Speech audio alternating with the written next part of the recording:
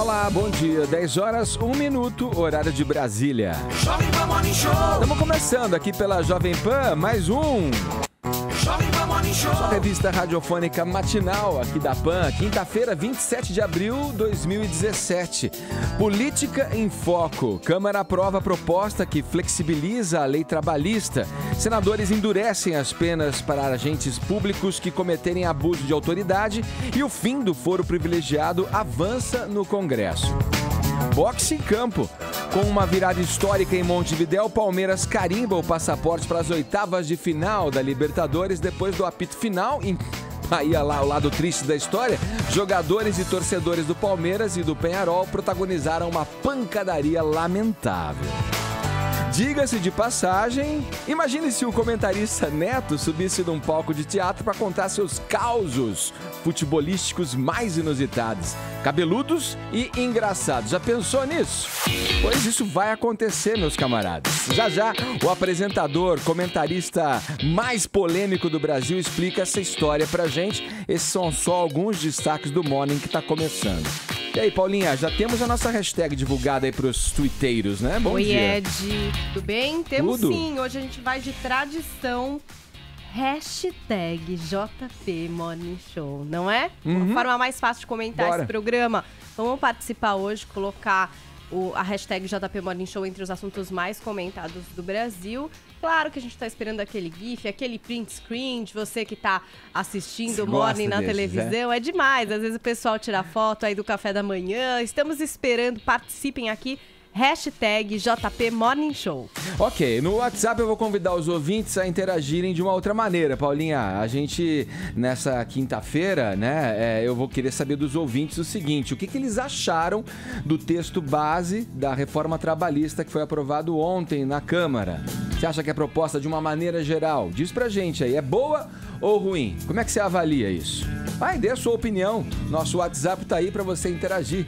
Ele serve exatamente para isso. 11 931 17 1009. E aí, o que você achou do texto base sobre a reforma trabalhista?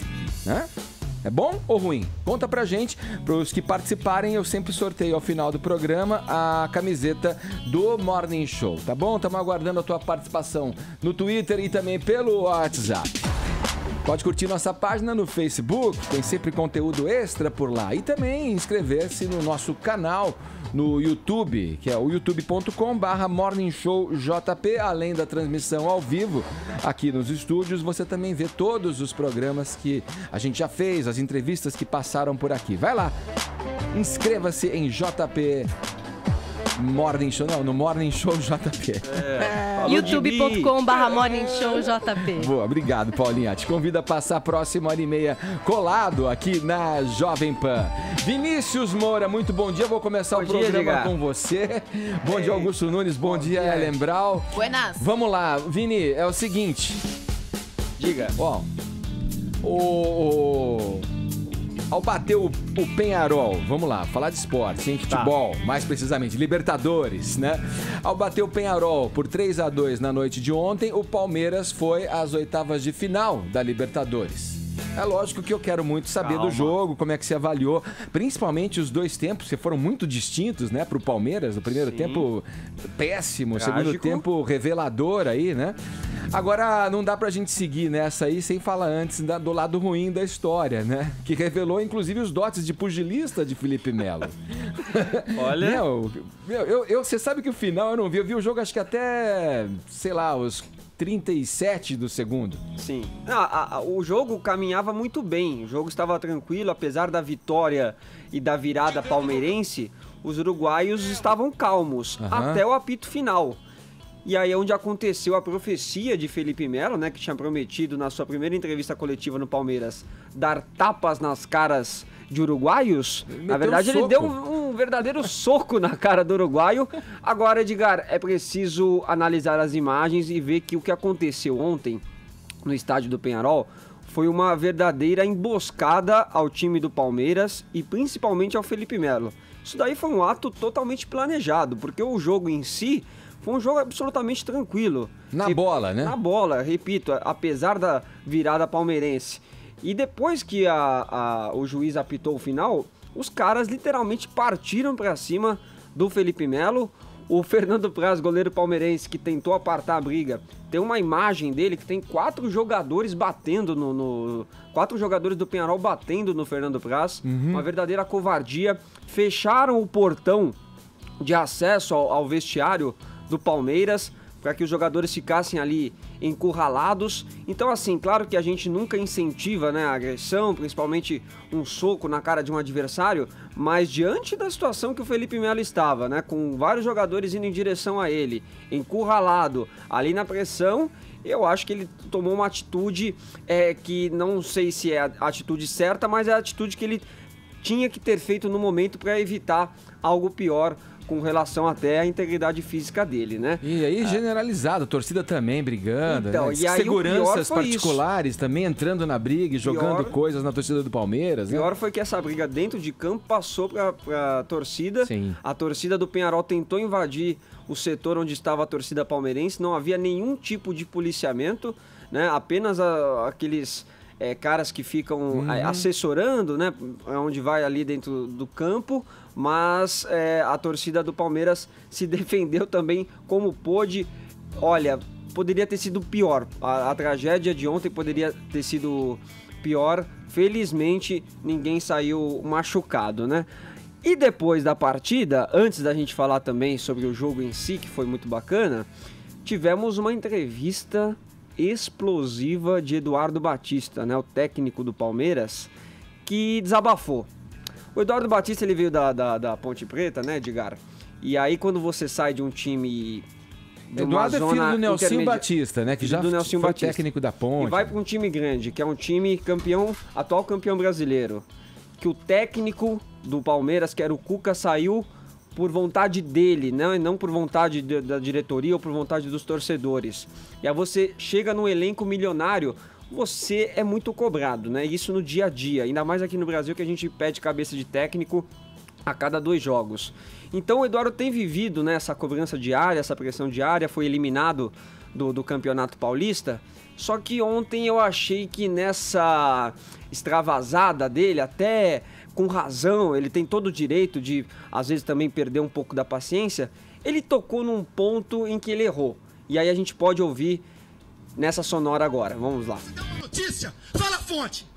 Fala de onde veio. Fala de onde veio. Estão falando com um cara sério aqui dentro.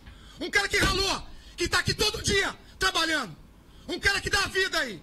E não tem, e chega de mimimi, não tem briga nenhuma. O time inteiro aqui, ó, se a gente não se junta ali, comia de pau. Nós apanhávamos aqui, que isso é coisa séria. Então não tem mimimi, discussão tem em qualquer lugar. Agora, é uma palhaçada, uma falta de respeito. E pode falar o que for, pode criticar o que for. Hoje o futebol tá parecendo revista de fofoca. Que só fala se o treinador, quem que vai cair primeiro, qual o treinador que vai, isso cansa. O futebol tá acima, e eu procuro estar acima. Só que a gente respeita, a gente é quieto. Mas chega uma hora que ofende o homem. E eu sou homem pra caralho. Sou um cara sério aqui dentro.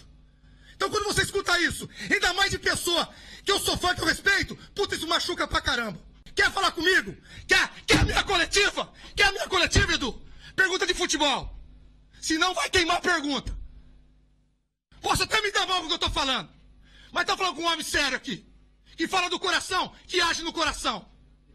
Muita palhaçada! Muita palhaçada! Muito neguinho querendo aparecer! Muito neguinho querendo aparecer! O William não jogou por causa disso. Ele estava explicando por que o William não jogou. Exaltadaço, e aí teve, né, uma nota do Juca Kfouri no UOL que diz que na primeira partida entre Palmeiras e Penharol aqui no Allianz Parque, o Roger Guedes, atacante palmeirense, foi tirado da concentração após uma discussão com o Eduardo Batista, que teria deixado ele na reserva. Né? E que depois o Alexandre Matos, que é diretor do Palmeiras, agiu nos bastidores para que o Roger Guedes voltasse ao time titular. Foi isso que deixou o Eduardo Batista tão indignado. Agora eu digo para o Eduardo Batista o seguinte: você é sim um cara sério, é sim um trabalhador, você tem todo o direito de ficar irritado, você tem todo o direito de desmentir uma notícia e de até processar o jornalista que deu a notícia. Você só não tem o direito, Eduardo Batista, de exigir fonte de jornalista. Porque se o senhor não sabe, no artigo 5º da Constituição Brasileira, é assegurado a todos o acesso à informação e resguardado o sigilo da fonte. quando necessário ao exercício profissional. Então o jornalista não tem que revelar fonte. Isso é protegido por lei. Se fosse assim, não teríamos todas essas denúncias de corrupção que nós temos no país hoje. O Augusto tá seco pra falar. E o jornalista esportivo, idem. Então o Juca Kfouri deu uma notícia, se o senhor ficou irritado com ele, o senhor deveria ter até falado o nome do Juca Kfouri na entrevista, do qual o senhor não falou, né? Generalizou, falou de todos os jornalistas, falou que o jornalismo esportivo hoje é revista de fofoca. Ok, também acho que falta mais discussão sobre futebol do que discussões sobre jogadores, sobre a parte extra-campo. Mas, repito, fonte é assegurado por lei, o jornalista tem todo o direito de esconder. Ainda mais num caso de um assunto interno, né, Augusto? De tira jogador, afasta o jogador, os motivos, né, cada um tem os seus. Ele é o técnico, o comandante, né? Eu acho que na essência, o que ele disse, esse negócio da fonte, claro, treinando bobagem. Na essência, as queixas dele fazem sentido, só que ele poderia falar em outro tom, por exemplo. Ele poderia dizer tudo isso sem se alterar ou sem alterar o tom de voz, que ele fala calmamente. Agora é isso mesmo, é por isso que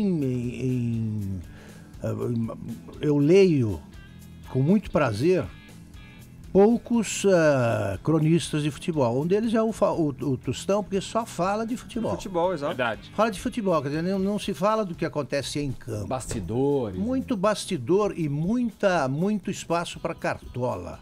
Cartola virou notícia, eleição em time e tal, não era assim. Fala do jogador, fala como é que tá bem, não tá. Ontem foi um belíssimo jogo para se comentar, mas essa briga toda, que começou com a provocação lá atrás. Do Felipe, da frase, sim. E os uruguaios fizeram isso, que foi realmente uma emboscada. A palavra é, se eles conseguem confinar naquele canto de campo o Felipe Melo, ele seria massacrado, linchamento. E a polícia não fez nada. Eu achei a coisa estranha, achei que tinha sido deliberado quando eu vi exatamente a figura do Fernando Praz, que é um tranquilo. Sim. Ele estava indignado. Acuado, né? Indignado. Alguma coisa fizeram com ele, como eu não vi a imagem, mas é exatamente isso. O futebol precisa voltar para o campo, né?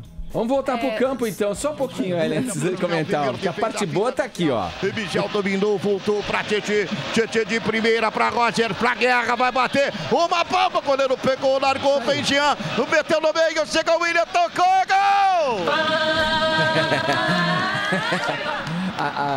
Gol!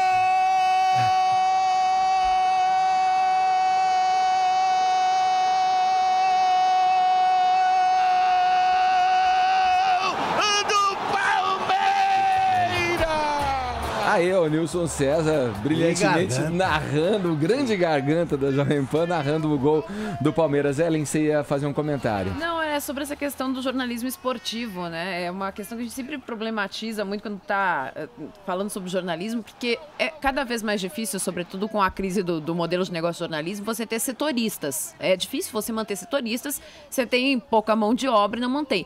E aí você vê no jornalismo esportivo que é uma das poucas áreas que você mantém. O cara tá lá, fica no Palmeiras, fica no São Paulo, cobre, e aí você pensa, pô, que bacana, quer dizer, é onde poderia ter a melhor cobertura, porque a pessoa vai criar fontes, você vai ter a informação exclusiva, e é justamente o que a gente não vê em muitos momentos, né? Então é uma oportunidade de se repensar essa situação, porque é justamente o que acaba não se vendo em muitos momentos, e se vendo esse diz que me disse aí que o Vinícius citou, né? É isso aí.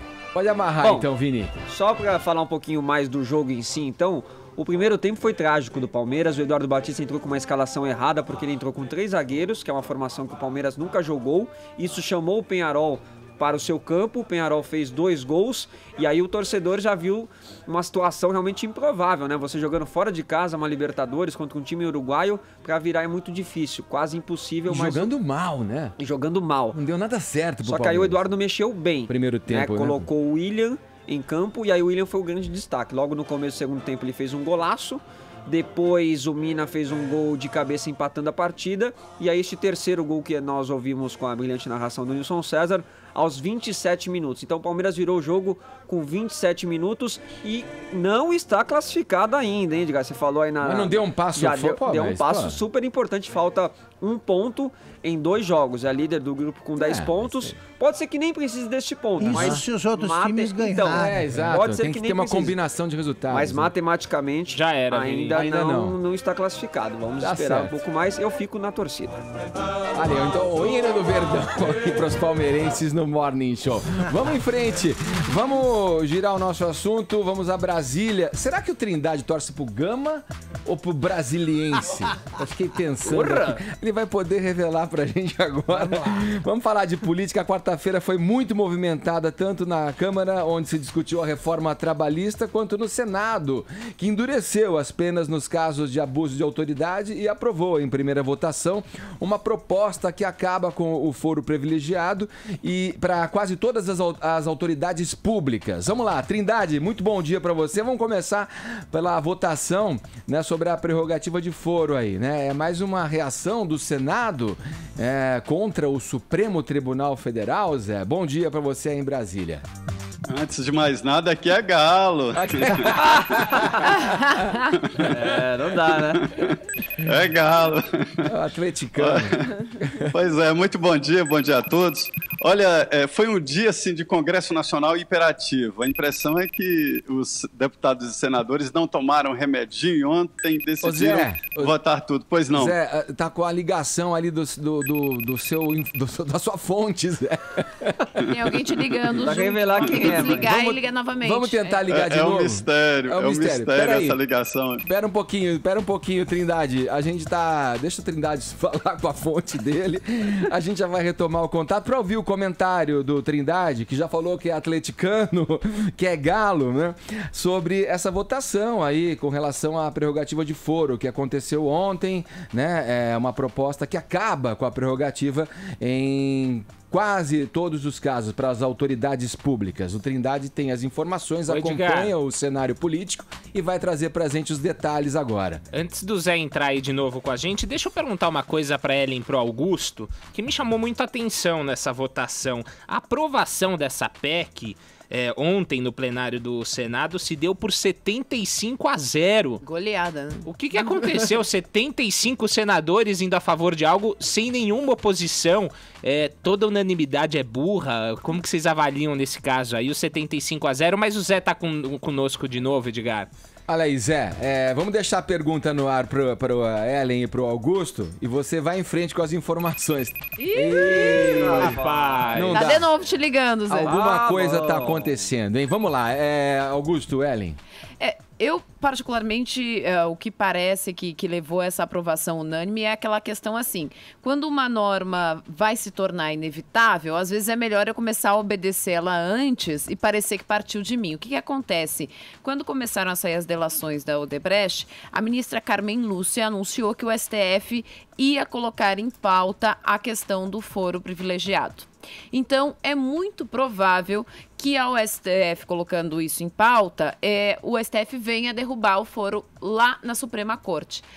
Pareceu mais conveniente aos senhores parlamentares dizerem o seguinte: olha só que bonitos e éticos nós somos, nós estamos aqui derrubando esse foro para 35 mil pessoas no país. Então, não é que foi algo bacana que eles fizeram, 75-0, né? Nós estamos aqui fazendo essa aprovação porque somos pessoas conscientes, estamos modernizando nossa política. Não, é porque simplesmente isso já vai ser aprovado ali adiante pelo judiciário. Então, é mais fácil a gente aqui sair na frente, tanto que agilizaram o processo. Isso era um processo que ainda teria que ter outras votações, fizeram tudo de uma vez só para parecer que veio deles. Eles já teriam que obedecer a norma mesmo. Augusto. Concordo inteiramente com a Ellen. É exatamente isso que aconteceu.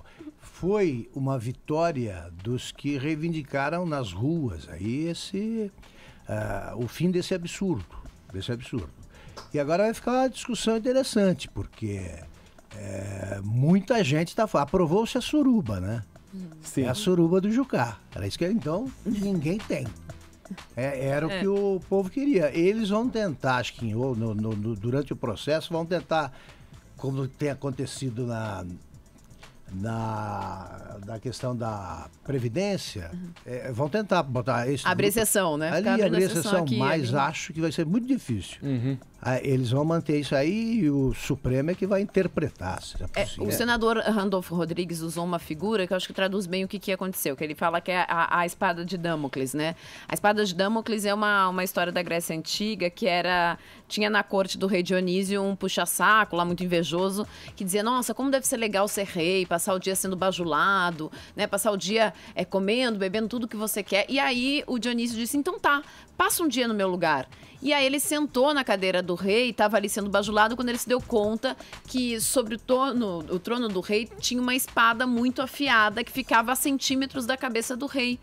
E aí ele ficou com medo, né? Disse, o que é essa espada? E o rei disse, essa espada é a que fica pesando sobre as nossas cabeças, a cabeça do monarca o dia inteiro, né? E aí o senador disse assim, foi isso que pesou sobre os parlamentares. Eles viram que essa espada vai ficar pesando sobre eles. Tiveram que aprovar de qualquer maneira isso. Já que é inevitável. Vamos em frente, né? O Trindade agora tá com a gente. Deve ter falado com a fonte já, tá liberado. Meu Deus, é algum problema que a gente... essa pessoa não sabe que o Trindade entra no ar, não ouve a Jovem Pan, gente. Tem uma linha cruzada aí. Agora nem o áudio do Zé a gente tá ouvindo, ó. Não, realmente. Não. O áudio do Zé vem junto. Ô Zé, vai ficar pra próxima. A gente vai agora ter que ficar sem o teu... Eu vou resolver. Eu vou resolver. Vamos ficar sem o brilhante comentário do Zé Maria Trindade. Eu falei quase aí, né? Porque os que ainda vão gozar desse privilégio, quer dizer, desse foro por prerrogativa de função, ainda tem o presidente, né? Os presidentes das casas, o presidente do Senado e o presidente da Câmara dos Deputados também vão manter, né? Esse foro privilegiado. Mas mantém, eles mantêm, mas manteriam exclusivamente para questões ligadas ao mandato também. Não mantém para outros, porque hoje em dia, né, por exemplo... O crime comum, né? Que você quer dizer. Exatamente. Roubo, corrupção, essas coisas. Negócio que eu vivo comentando, que nos últimos anos a editoria de política devia mudar de nome. Policial. Policial. Esse noticiário é policial. Pode ler, já. De ponta a ponta, a editoria de política trata de casos de polícia. Certo. Agora 10 horas 23 minutos, horário de Brasília. Você tá aqui com a gente, ó.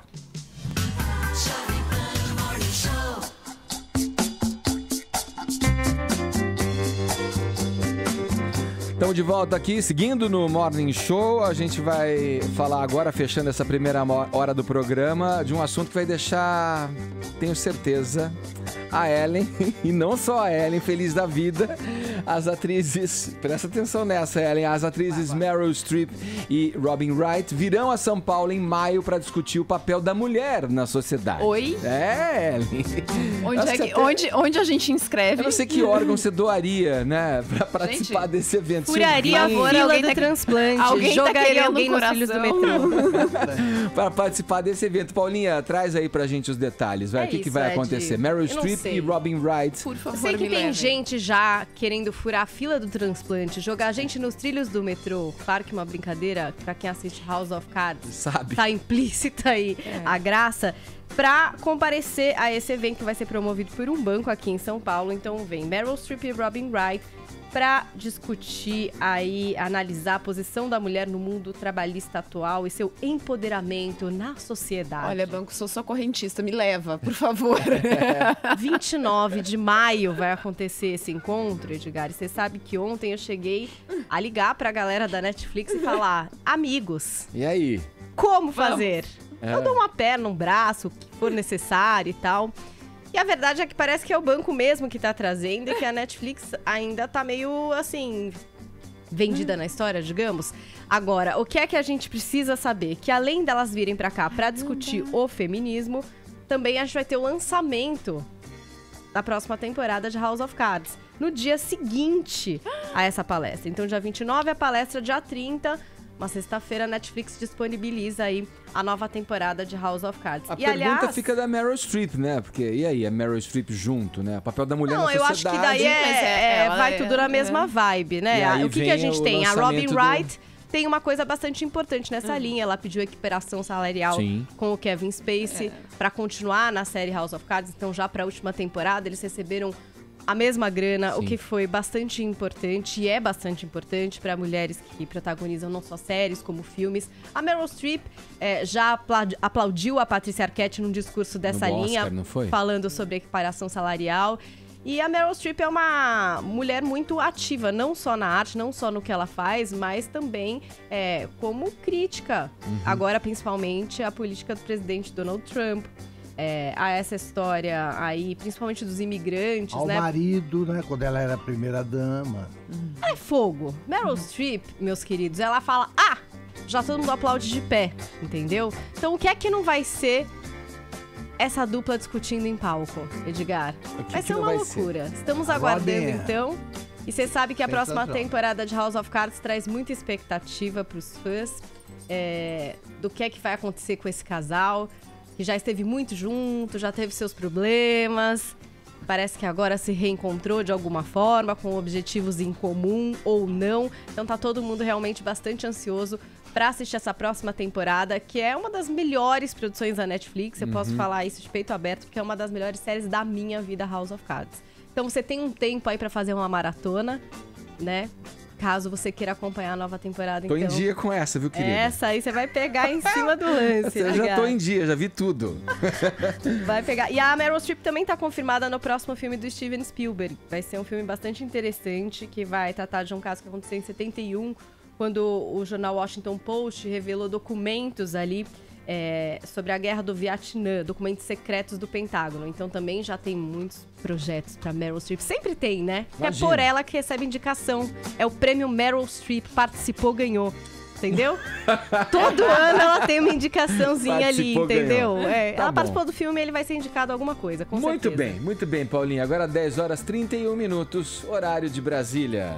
Olha lá, prestem muita atenção nesse momento. Estamos aqui no Morning Show. Este é o Morning Show, a rádio é a Jovem Pan. Aqui não é o Donos da Bola, não.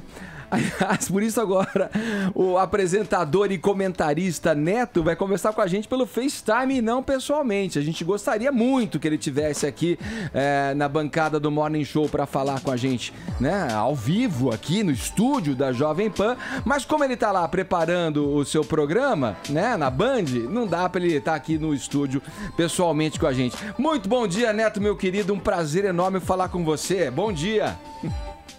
Nossa, Edgar, que saudade da sua família. Né? Eu sei quando você está triste como eu, do nosso Guarani. A melhor posição aqui. Na verdade, eu estou muito feliz, né, de falar com vocês. Sempre com que eu vou. A bandeira verde e branco, símbolo do torcedor. Pra quem não sabe, eu sou muito... Pô, quantas vezes eu fui comprar picanha do seu irmão lá na sua casa? Você sabe disso, que eu abri os freezer lá da sua casa, seu pai, sua mãe. Né? Você sabe muito bem disso, o pai que você é maravilhoso, com suas 4 filhas. Obrigado da oportunidade aí de estar junto com vocês no Morning Show aí, que eu não sei nem o que significa essa porra, mas deve ser alguma coisa. É tipo show da manhã, Netão. Olha, você me... Com a barbinha branca, hein? Você viu só a barbinha aqui, né? Tava exigindo respeito. Tá bonito, tá bonito. Ô, Neto, é uma honra falar com você. Você me emociona quando você relembra essas coisas. Eu me lembro de abrir o portão pra você entrar em casa e pegar lá com o meu irmão as carnes, as picanhas, como você falou. Mas vamos lá, Eu jogava no Guarani, cara. Você jogava no Guarani, claro, nosso glorioso Bugre. Tamo triste, mas vamos em frente, não vamos desistir nunca, né, Neto? É verdade. Quero falar do teu projeto aí. Você vai se apresentar de cara limpa, né, no espetáculo Diga-se de Passagem. Conta pra gente, Neto.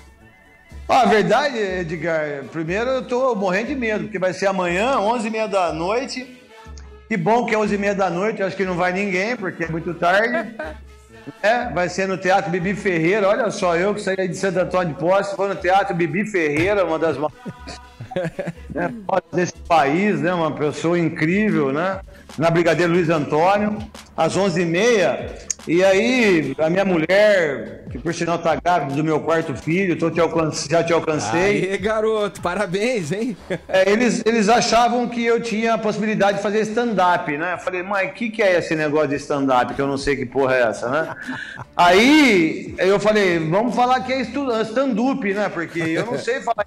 Então é stand-up que eu vou fazer. Aí eles falaram, você tem condições de fazer, de contar as histórias suas, quando você foi jogador de futebol, as histórias dos dirigentes, como tem muita coisa suja por trás do futebol, né, histórias que eu vivi na seleção brasileira, histórias minhas como comentarista, como apresentador, né, as pessoas no Twitter hoje e nas redes sociais, eu tenho quase 7 milhões de seguidores, 3 milhões e meio me xingam, 3 milhões e meio sabe, aí os caras fazem fake de outras pessoas, sabe? Então aí eles acharam que eu tinha condições para fazer isso.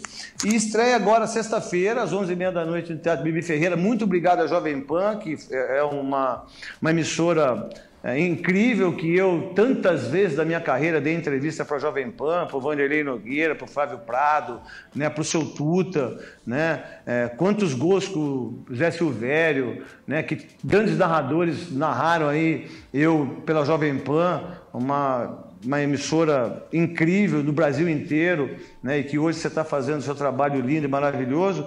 A verdade, eu não penso muito no que eu vou falar amanhã, não, porque eu não faço nem aquelas coisas que o pessoal fala assim para mim, Neto. Roteiro?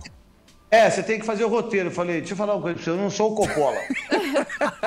Ô Neto, deixa eu te perguntar uma coisa que já me chama a atenção. Quem conhece você pessoalmente sabe que esse teu dom poderia ser totalmente encaixável, digamos assim, nesse formato do stand-up. E não tenho dúvida, você vai fazer sucesso, vai lotar o teatro. Obrigado. Agora eu quero saber como é que critério você usou, porque, bom, você tá aí mais ou menos a gente tem mais ou menos a mesma idade. Você tem muito caldo de futebol. Eu tenho 50 anos. Então, eu tô com 51. Você tem muito caos. Como é que critério você usou para selecionar as histórias que você vai colocar no seu show? Eu vou contar só a verdade. Eu não vou falar palavrão agora, porque não pode, mas 11h30 eu vou. Eu vou contar tudo que aconteceu, cara. Eu vou contar de treinador que ia no vestiário para ver a gente pelado. Olha aí, ó. Eu vou contar de jogador que dormiu com gente que não era pra dormir na época. Gente, é denúncia. Não, denúncia não, verdade. Eu não vou denunciar ninguém. Você vai ser preso, Neto. Eu não, preso? Pô, se os caras da Lava Jato não é preso, eu vou ser preso? Eu sou ladrão, pô. Quem tem que ser preso é o Sérgio Moro, que tá indo que compra anel de 800 mil na HST. Moro não. O Moro é o juiz. Desculpa. O Sérgio Cabral. Eu não sou o Cabral. Eu não sou a mulher dele. Que roubaram dinheiro, são tudo genocidas. Na minha opinião, eu não vou contar, por exemplo, que o Ezequiel, quando a gente estava concentrado, ele tomava Fanta laranja, mas é mentira, era mais vodka que Fanta. É o Hi-Fi. É o Hi-Fi, que é antigo nosso. Eu vou contar o que acontecia na concentração. Eu vou falar na televisão, que nem todos são santinhos, como vocês vêem na televisão, e você sabe disso. Eu vou falar aquilo que eu vivi. Eu não vou inventar piada, eu não sou inventar coisas para as pessoas darem risada no stand-up. Se as pessoas quiserem ir lá para escutar a verdade e os meus causos verdadeiros, pode ir 11h30 da noite. Agora, eu inventar alguma coisa em relação a isso, não. O que eles falam para mim é que tem o começo, meio e fim.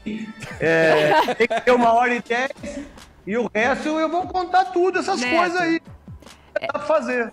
Ô, Neto, eu queria ver contigo o seguinte, você tá dizendo, vou contar tudo e tudo mais, vai estar lá de cara limpa, pra falar muita coisa de bastidor, e eu imagino que é uma liberdade, assim, né, no palco do teatro, 11h30 da noite. Isso. Na TV, rola censura? Tem muita coisa que você não pode falar? A verdade é assim, é Ellen que tá falando?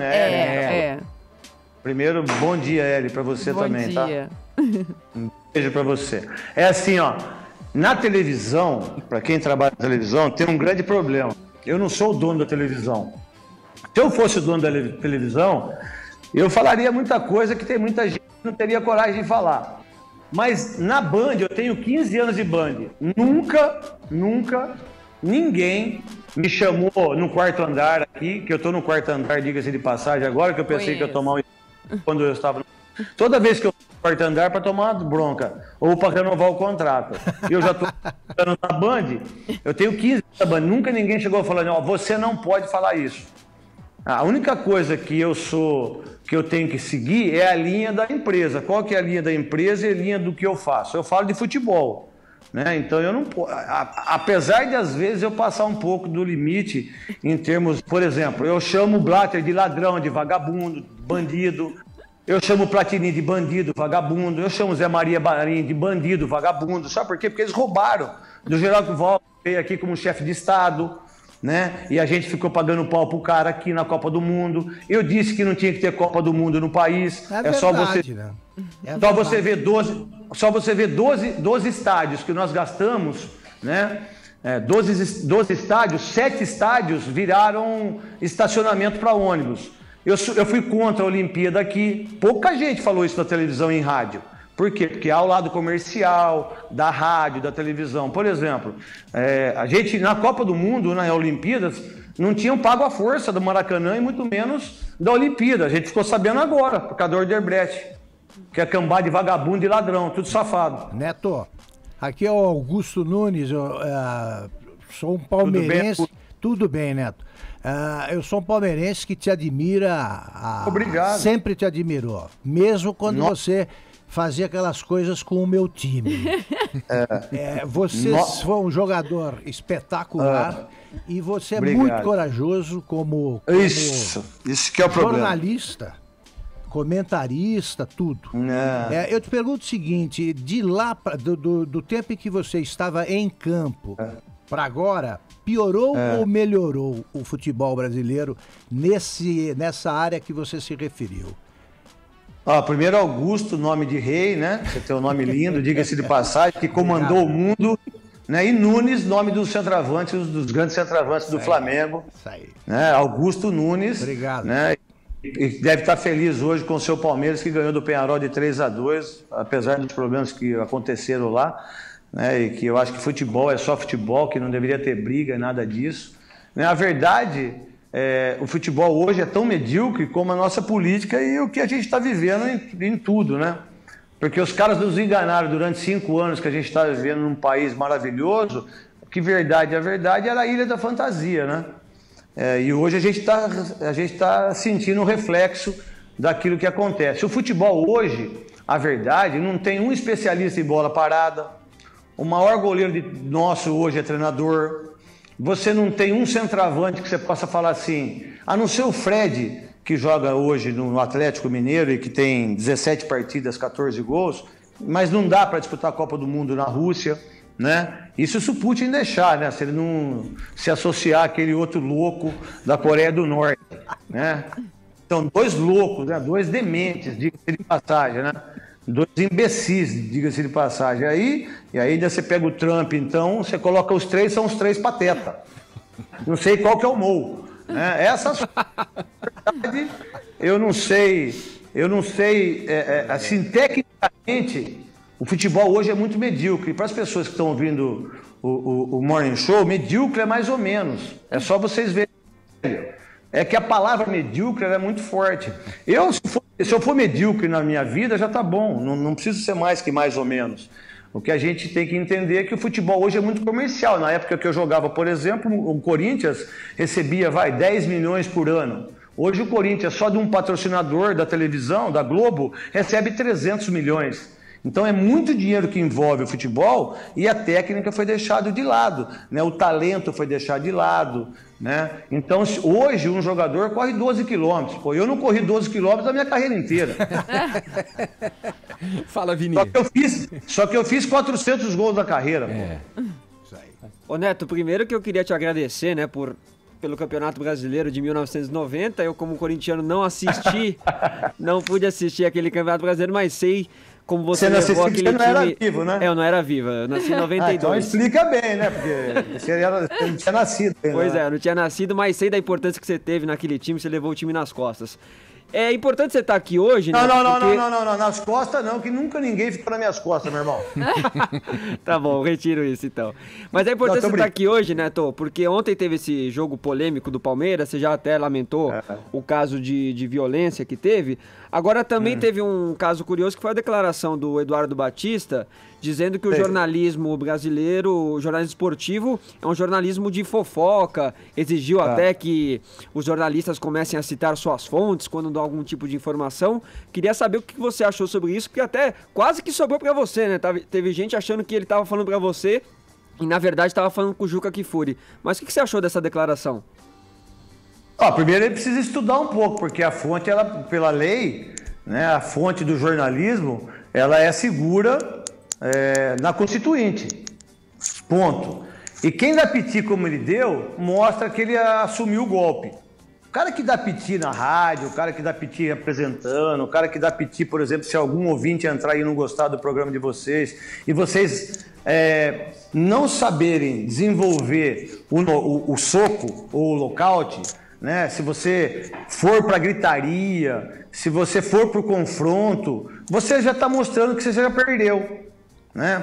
Até porque o Eduardo Batista, nesse momento que ele venceu o jogo ontem e que estava perdendo de 2-0 e virou o jogo no segundo tempo, o que ele tinha que ter feito? Olha, gente, tem muita gente falando determinadas coisas, que o Juca Kfouri escreveu que eu sou maleável. Fala!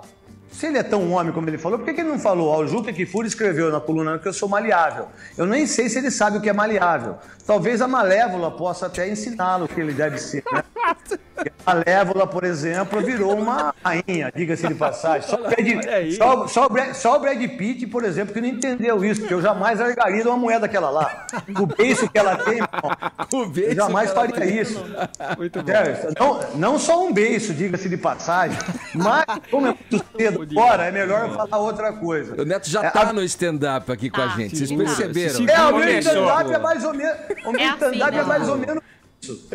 Então, o que o Eduardo Batista, de uma forma inteligente, ele tinha que fazer? Olha, gente, tem muita gente falando isso. O que foi importante para nós é mostrar para vocês que o nosso time tem problemas, que nós tivemos dificuldades. A gente só está na primeira fase e nós vencemos o Peñarol fora de casa, fazendo 3 gols, saindo de 2-0. Ele deveria se autovalorizar, valorizar o grupo dele e não dizer... E não colocar que o Juca Kfouri é culpado de tudo, que eu sou culpado de tudo, que as pessoas que comentam é culpado de tudo. Isso é aceitar o golpe de uma coisa que ele deveria entender que não deveria ser assim. Se o treinador vem e dá um soco no microfone, como ele deu, porque o que ele fez é dar soco no microfone, ele não está em estrutura para ser técnico de um grande clube como a Sociedade Esportiva Palmeiras. Até porque ele foi de 1 ano só. Neto, ainda nessa parte daí do futebol, dos personagens do futebol, eu queria ter um comentário a respeito de 2 deles, expoentes aí da seleção brasileira, o Neymar e o Tite. Né? Você acha que nesse momento os dois personagens da seleção, tanto o Neymar quanto o Tite, estão sendo superestimados? Ou você acha que os elogios vêm na medida justa, vêm na medida que deve ser mesmo? Assim, eu acho que quando a gente tem um jogador que ele se equipara ao Messi, que é de outro planeta, e ao Cristiano Ronaldo, que tem vocação para jogar futebol, e o Neymar é muito novo em relação aos dois, o futuro dele é melhor do que o Messi, melhor do que o Cristiano Ronaldo, desde que ele não fique todo dia com a Marquezine, porque ficar todo dia com a Marquezine também a perna bambeia, certo? É difícil. E a gente tem que... É difícil. Não é fácil não, filha. Acho que é difícil para ele. Né? Quem gosta, diga-se de passagem, tem muita gente que não gosta e também tá tudo certo. Agora, o Neymar é um monstro, é um gênio da bola, um menino incrível e que tem tudo. Eu, particularmente, não tenho amizade com ele, mas eu tenho que respeitar ele como um cara que ganhou medalha olímpica, né? Já fez quase mais de 100 gols com a camisa do Barcelona. Eu sei o quanto que é difícil você jogar no Barcelona, até porque as pessoas lá são muito preconceituosas com os brasileiros. O Deco já passou por esses problemas, todos os brasileiros que passaram por lá, né? Tanto é que quando tem a música da Liga, os catalães, eles vão e vaiam, porque eles querem ser independentes, né? Eles querem dele e tudo mais, mas o futebol está acima disso aí. O Neymar é um cara que é o único jogador brasileiro que a gente pode chegar fora do país, quando a gente viajar ou estiver em outro lugar, e falar assim, ó, a gente tem um gênio, que é o Neymar só, não tem outro. Diga-se de passagem. Em relação ao Tite, o Tite, ele não é só treinador, viu, para vocês todos, para o Morning Show, para vocês que estão aí, né, para o Edgar, para Paulo, para o Vinícius, para Hélio, para o Augusto, ele é um gestor de pessoas. Quando você consegue no futebol ser gestor de pessoas e entender que cada um pensa de uma forma, tem determinadas dificuldades de entender o que é tática, né? Porque se deixasse o Dunga e o Gilmar Rinaldi, nós não iríamos para a Rússia. A Jovem Pan não ia, a Rádio Bandeirantes não ia, a Rádio Globo não ia, as televisões não iam. Iam até fazer o Mundial, mas sem a seleção brasileira, pela primeira vez na história. Hoje nós somos a primeira seleção. A gente tem, hoje lá fora, na Europa, as pessoas, o que aconteceu lá? O que aconteceu com o futebol brasileiro? Aconteceu que colocou um gestor que não tem esquema, que não convoca jogadores por interesses pessoais ou não, e que é um cara que está focado para ser campeão do mundo e fez um ano de sabatina, que ele foi estudar, que ele foi entender. Muita gente acha que não deve se estudar no futebol. Tem que se estudar em tudo. A gente tem que estudar na cozinha, a gente tem que estudar como é que a gente faz sexo, tem que estudar o mantra, a gente tem que estudar como é que os filhos da gente se comportam, como é que eles estão vendo o mundo hoje. Se eu não entender a cabeça da minha filha hoje, que tem 17 anos, com a minha cabeça de 17, pô, eu não vou ser um ótimo pai. Ô, então, Neto, estudar, velho. Eu fico imaginando o trabalho que você daria para um gestor de pessoas na tua época, né? Já que... levava ele na zona comigo. Agora, Neto, você já se arrependeu de alguma dessas polêmicas que você se mete, dessas coisas que você fala assim de sopetão, hein? Olha, a verdade, há uma diferença de ser polêmico, fazer polêmica e falar a verdade, né? Quem faz polêmica é o Nelson Rubens, né? É esses caras de televisão aí que para dar audiência. Eu falo aquilo que eu penso. Às vezes o meu comentário, às vezes aquilo que eu penso se torna polêmica, né? Eu já me arrependi de alguns confrontos que eu entrei, que eu não deveria ter entrado. Mas não me arrependo nada disso. A única coisa que eu me arrependo na minha vida, e meus filhos já sabem, foi em 91, quando eu infelizmente eu fiz aquele ato nojento, imperdoável, em relação ao Zé Aparecido, que já vai completar mais quase 27, quase 30 anos aí, de eu ter cuspido no rosto dele. Só que os meus filhos não sabem pelo vizinho, pelo amiguinho. Os meus filhos sabem por mim, pelo pai. Entendeu? Acho que é isso que a gente tem que fazer. É a única coisa que eu me arrependo. E também me arrependo de deixar de pegar as mulheres que eu tive a oportunidade de pegar e não... Ô Neto, esse seu show aí, pelo visto, cada dia vai ser diferente, hein? Dá pra ir todo dia que vai ter coisa nova? A verdade, eu não estava afim de fazer muito não, porque é por causa até da pergunta, porque é tanta polêmica, cara, que eu tenho que... porque por sinal, vou até falar para vocês... aqui na Marquês de São Vicente, onde é o negócio lá do judiciário, né? Que só pode entrar advogado ali, né? Advogado e os presos, quando ele chega aqueles camburão, eu já posso entrar, porque o cara fala, Neto, você já é da casa, você pode entrar, você tem tanto... Você Neto, já pode entrar. Neto, entendeu? aqui é o Arcon. Como corintiano, é um prazerzaço falar contigo. Eu queria te fazer uma pergunta. Obrigado, Arcon. Eu vivi boa parte da minha adolescência... Cabelo é seu mesmo ou você comprou, velho? É meu mesmo. Eu vivi boa parte da minha adolescência com os joelhos todos feridos, porque eu te imitava naquelas comemorações sensacionais que você fazia depois de fazer aqueles golaços.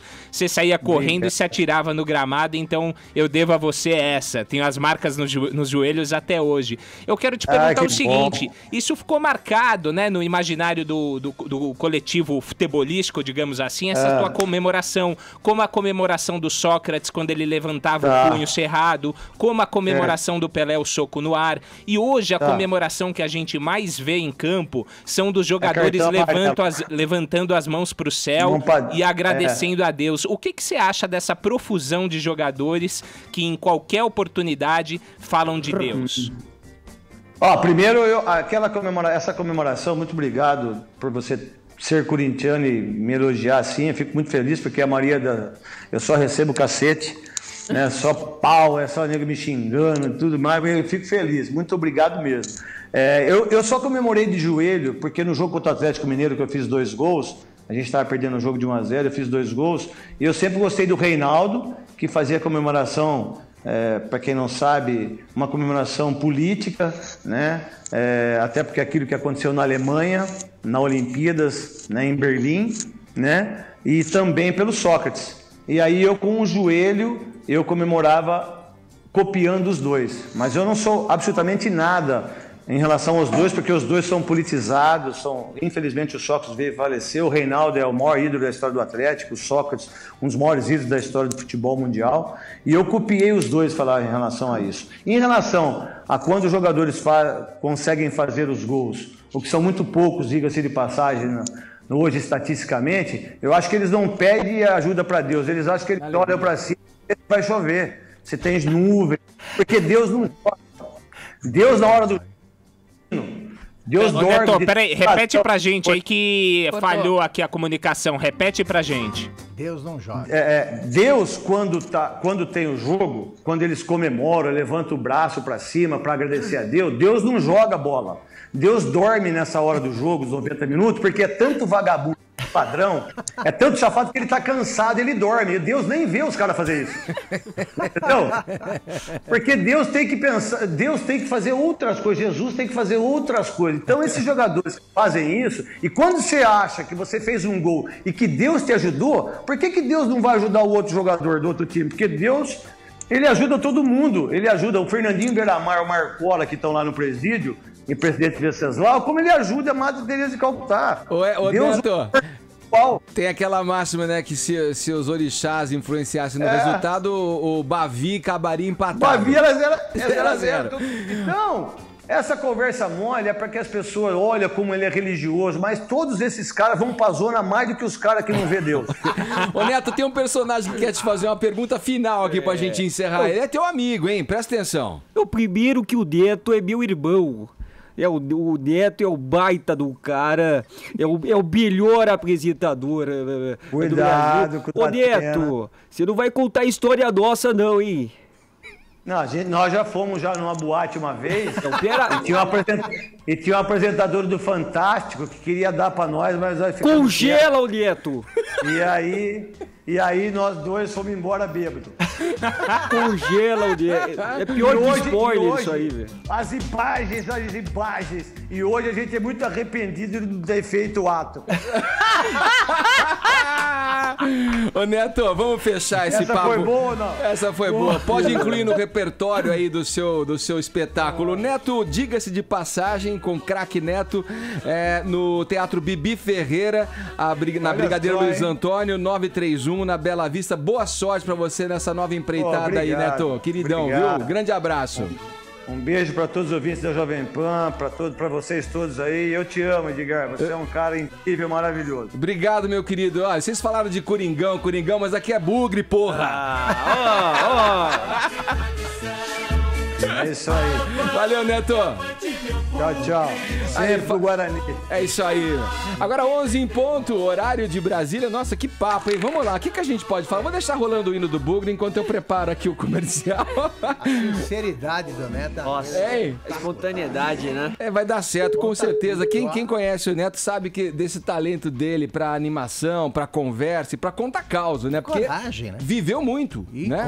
E conta. E até quem não gosta do Neto, assiste o programa dele pra falar mal dele. É um fenômeno. Eu gosto muito dele. Agora 11h01, horário de Brasília.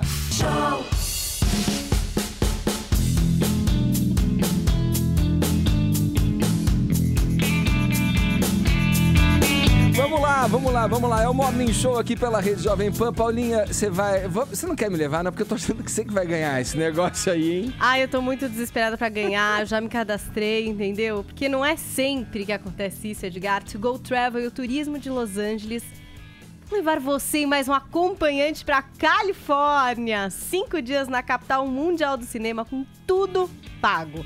Voo com a American Airlines, hospedagem, refeições e ainda tem várias atividades incluídas para sua diversão. Então, corra agora. São os últimos dias para você tentar faturar essa viagem dos sonhos. Inscreva-se no site www.togotravel.com.br.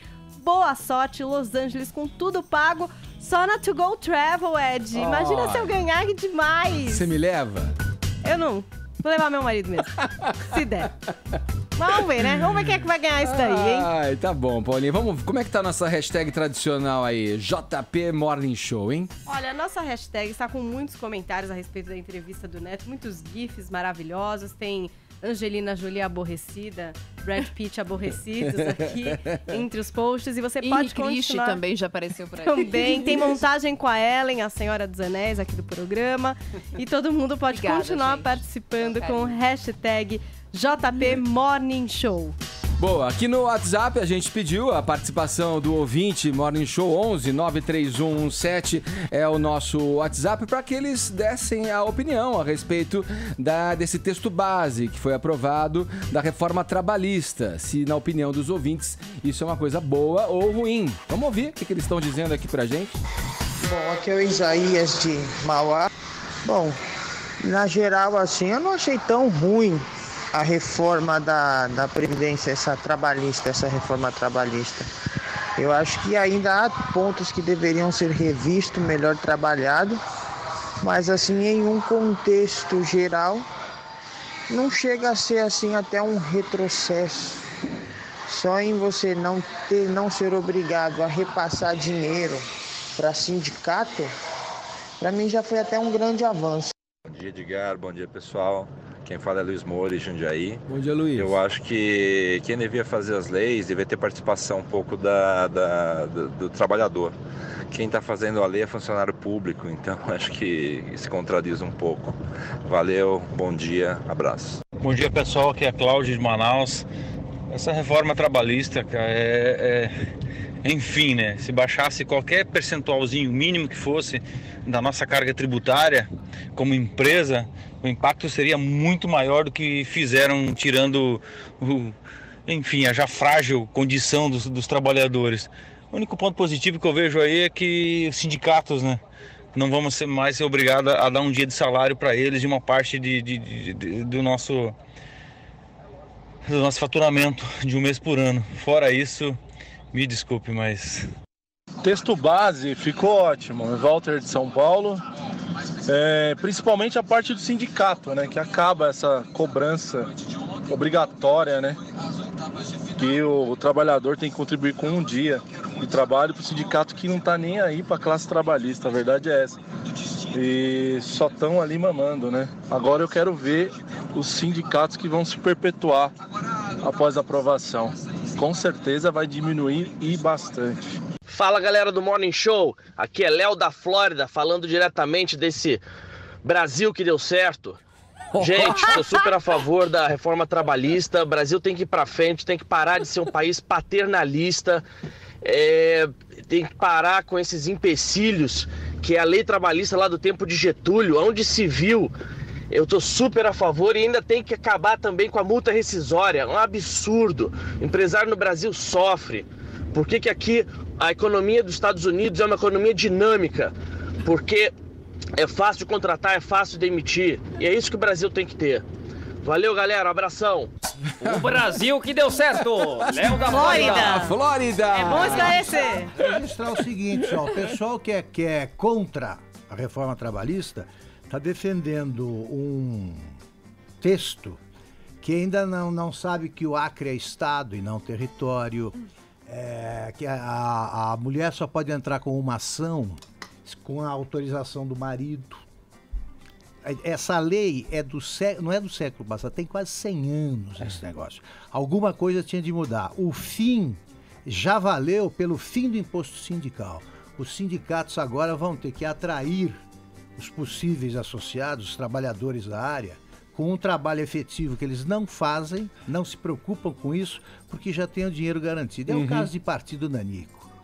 Aí põe a cláusula de barreira, verba partidária, tira o dinheiro, acabou. É. Então eu quero ver agora o que sobra de representativo.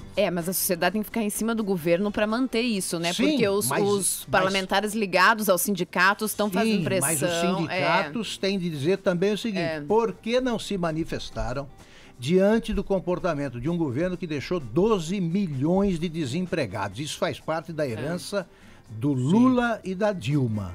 Eles apoiaram, nunca fizeram nada. E essas medidas, tanto nas leis trabalhistas quanto nas previdenciárias, ficaram ainda mais urgentes por causa do buraco em que foi metido o país por causa do lulopetismo. Né? Então é uma herança. Onde estavam essas pessoas? Bem lembrado, Augusto. Como no caso da greve, sim. Eu acho a greve sempre legítima, é direito. Agora, tem que reivindicar alguma coisa e tem que ser greve de verdade. Quando ela começa, não tem prazo para terminar, não. Vamos lá, agora a gente gira o assunto, sempre falando da política ainda, eu pergunto a vocês, meus amigos de bancada, quem disse essa frase aqui, ó, aspas, hein? Se eu provo um sapato e não levo, ele não é meu, né? Duas opções aí, a Carrie, do seriado Paulinha Sex and the City, que era uma compradora compulsiva, né? Quem acompanhou Manolo a série. Blahnik. Ou o ex-presidente Lula, hein? Quem vai, Ellen? O que o petista disse ontem em uma entrevista ao jornalista Kennedy Alencar do SBT?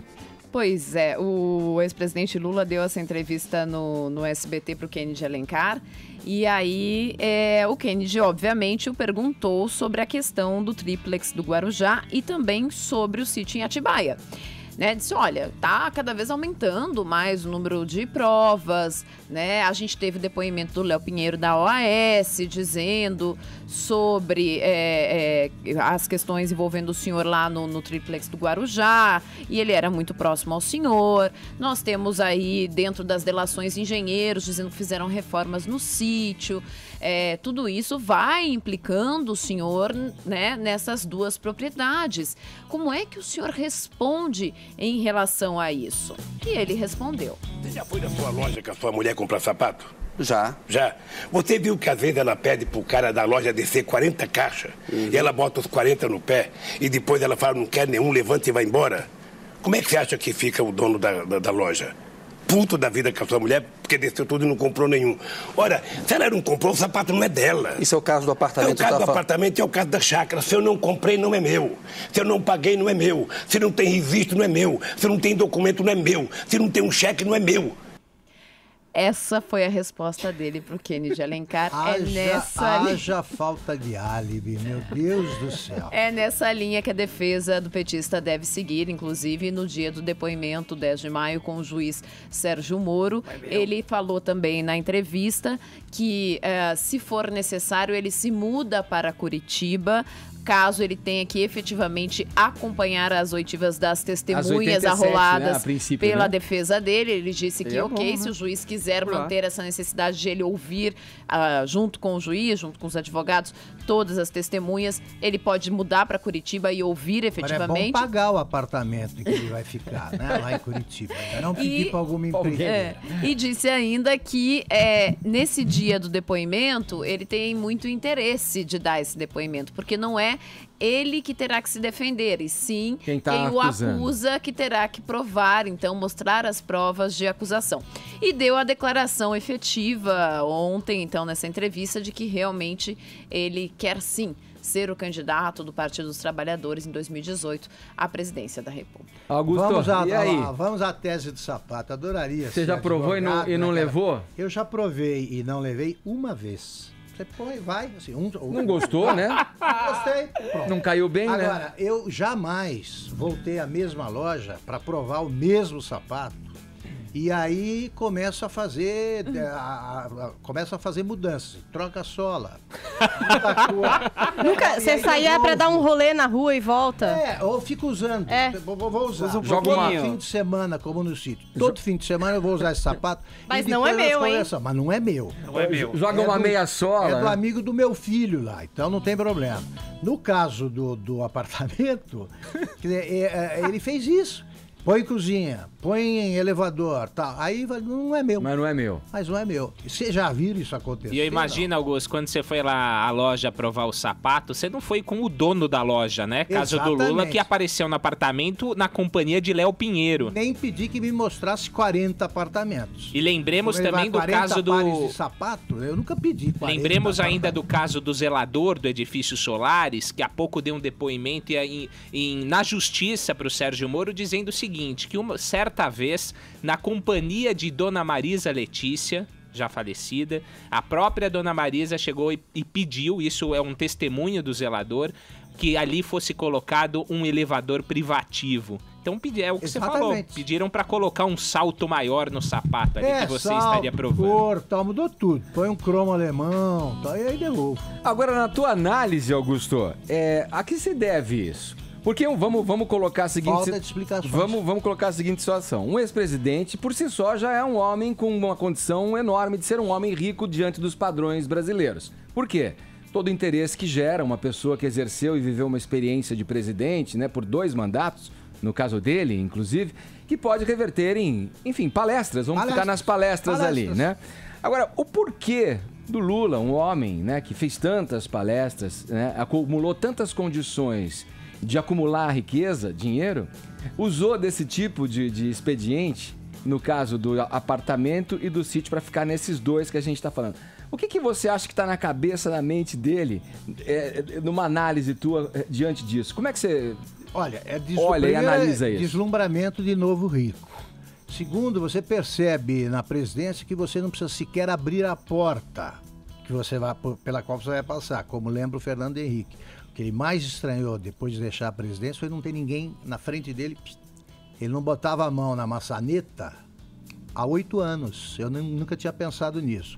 E você recebe ao longo do seu mandato presentes, sabe? O jogador de futebol, por exemplo, tem jornalista que parava na porta da casa dele, um carro, descia uma televisão, tá? Era o dia do aniversário e tal. O empresário dava isso aí para ele.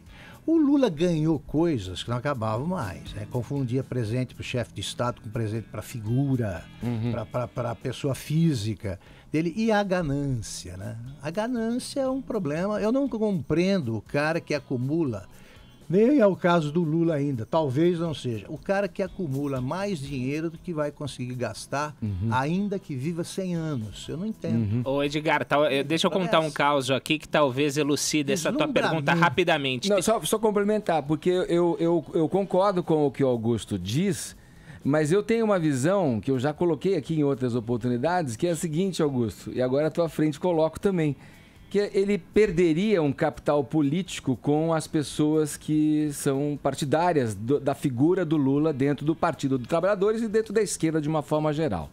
Só que ele optou por perder esse capital político da maneira pior possível, pelo seguinte, com as coisas que vêm vindo à tona. Isso fica claro, Edgar, agora que a gente teve a Lava Jato, ou tem.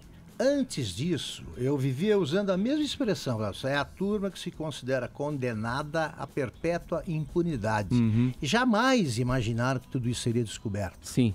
O Emílio Odebrecht, dando um depoimento há pouco à Justiça, que é pai do Marcelo Odebrecht, que está vendo o sol nascer quadrado já faz mais de um ano, deu um depoimento e falou o seguinte, que lá nos anos 70, 80, não sei se foi ali nos estertores da ditadura militar, Golbery Couto e Silva chegou para o Emílio e disse o seguinte, olha, Emílio, eu tô preocupado, na verdade o contrário, o Emílio chegou para o Golbery e disse, eu tô preocupado com a figura do Lula, né, é um esquerdista, não sei se é comunista, ele reúne multidões e tal, tenho medo desse ímpeto dele, de ser um cara de esquerda.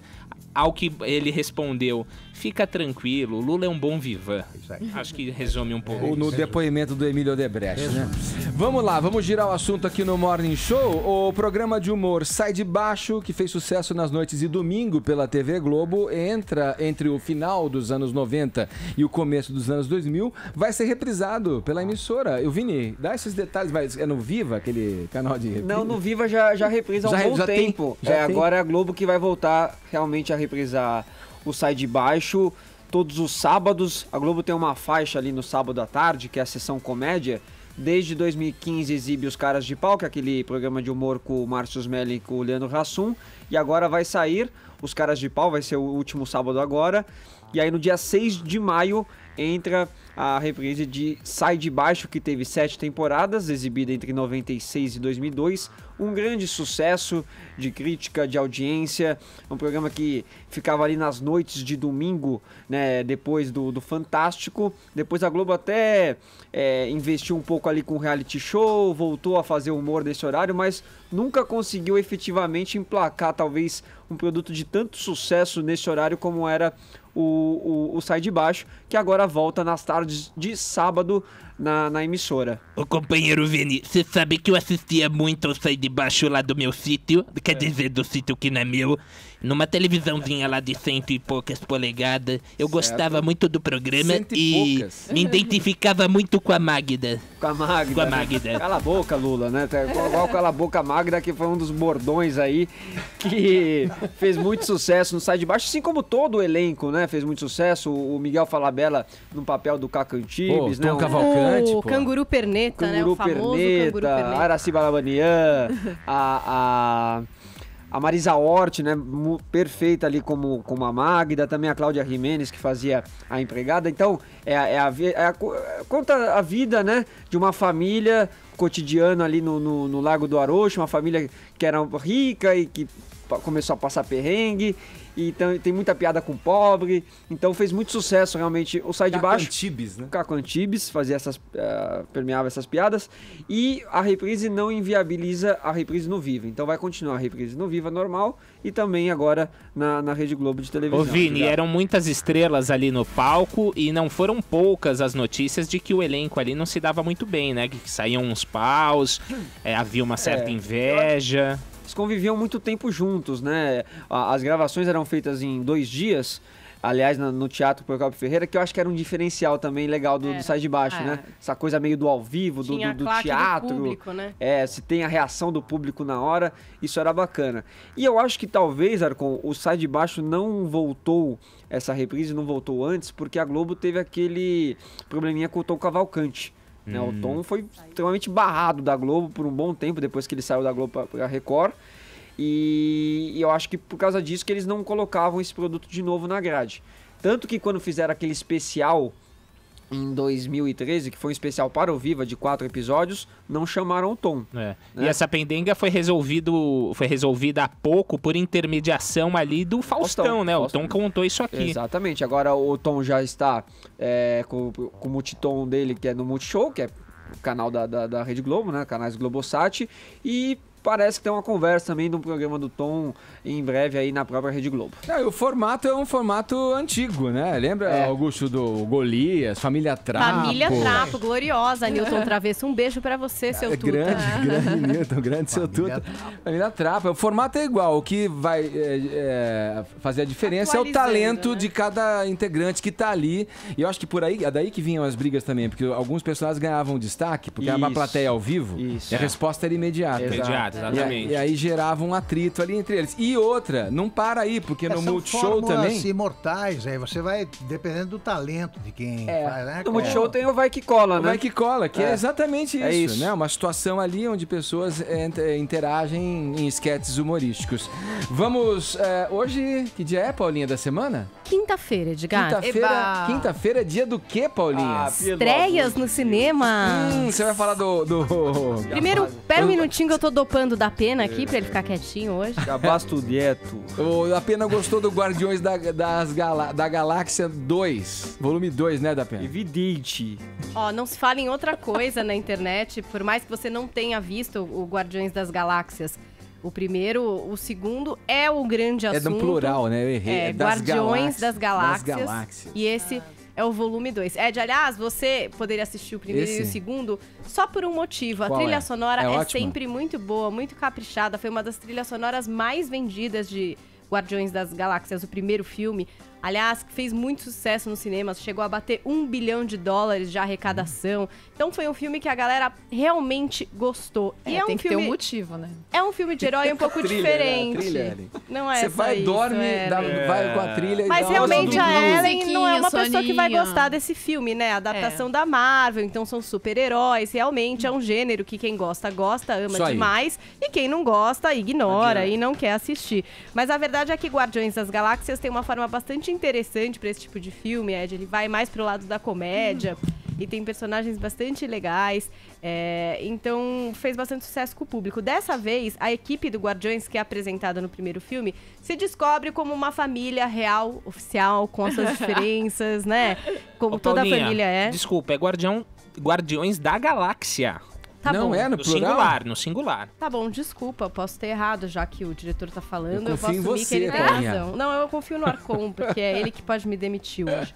E aí, o que acontece? Esse pessoal que se descobre como uma família vai querer descobrir ali o que é que acontece, quem é o pai, a paternidade do personagem que é o Peter Quill, que é o do Chris Pratt. Então essa vai ser um mistério aí que eles vão ter que resolver. Será que Chris Pratt vai encontrar seu pai? Vai encontrar o amor nesse filme? Será? Não sei. Tem várias participações especiais, eu não vou dar spoiler aqui, senão dá pena pegar no meu E pé. é Guardiões da Galáxia mesmo, viu? Tá bom, obrigado, da pena. Que bom. Quer dar as próximas dicas de cinema, então? velho. Vai com você agora. O Fala que o mais tem próximo. no cinema, da pena? É o filme lá do... Mais nada, né? Não sabe. Então fica quietinho aí, querido. Nesse filme também tem o Vin Diesel dublando o Baby Groot, Vin que é um Diesel. dos personagens preferidos aí da galera na internet, que é tipo uma arvorezinha pequena que só fala o próprio nome. É uma coisa bem fofa. Um outro filme pra vocês que curtem a atriz Natalie Portman é Além da Ilusão. É um filme com a Natalie Portman e com a Lily Rose Depp, que é a filha do Johnny Depp, né? Então é Lily Rose Depp, seria. Então as duas fazem irmãs, elas vão pra França na década de 30 e elas promovem uma espécie de show, que era uma coisa bastante comum, Edgar, que mexe ali com os espíritos, né? Como se elas pudessem falar com o espírito. Então a personagem da Natalie Portman é mais a apresentadora e a personagem da Lily é mais a mediúnica, digamos assim. E nessas apresentações, elas chamam a atenção de um produtor de cinema, que fica muito interessado em mostrar isso, em filmar o sobrenatural. E aí elas vão morar com esse cara, com esse produtor, e aí, enfim, a gente vai ter aquelas histórias de ciúmes, com a situação de duas irmãs, duas mulheres e um cara, as ambições individuais e tal, e o caso mesmo da mediunidade. Então, Além da Ilusão, filme novo de Natalie Portman, filme com a filha do Johnny Depp, a Lily Rose Depp, também nos cinemas. E a vamos última... ver se ela se recupera, porque Jack não foi muito legal pra ela, né, Paulinha? Jack, então, ela recebeu a indicação do Oscar, né, por Jack. Ela tá bem, mas não é um filme que eu gosto. Exagerado. Não Você gostei. achou também Achei meio caricata? Meio estriônico. Também achei, querida Marília. A gente tá junta concorda, nessa. sim. Mas olha, eu acho que não vai ser redenção, não. As críticas não estão muito gostando desse filme. Mas eu fiquei curiosa. Eu adoro coisa de sobrenatural e adoro a Natalie Portman. E a última dica é pra Ellen. Muita gente reclama que a Ellen não gosta de filme nacional. Então eu trouxe um filme... já foi ver comédia. Não, depende de lá. quantas salas está. Ah, gente. Então eu trouxe um filme Vamos lá, especial hoje pra Ellen Brown. Principalmente porque é de um diretor brasileiro que se chama Charlie Brown. Olha! É seu parente, Meu primo, Ellen? provavelmente. Meu escritório é na praia, tô sempre na área. Nossa, gente. Não é do... esse.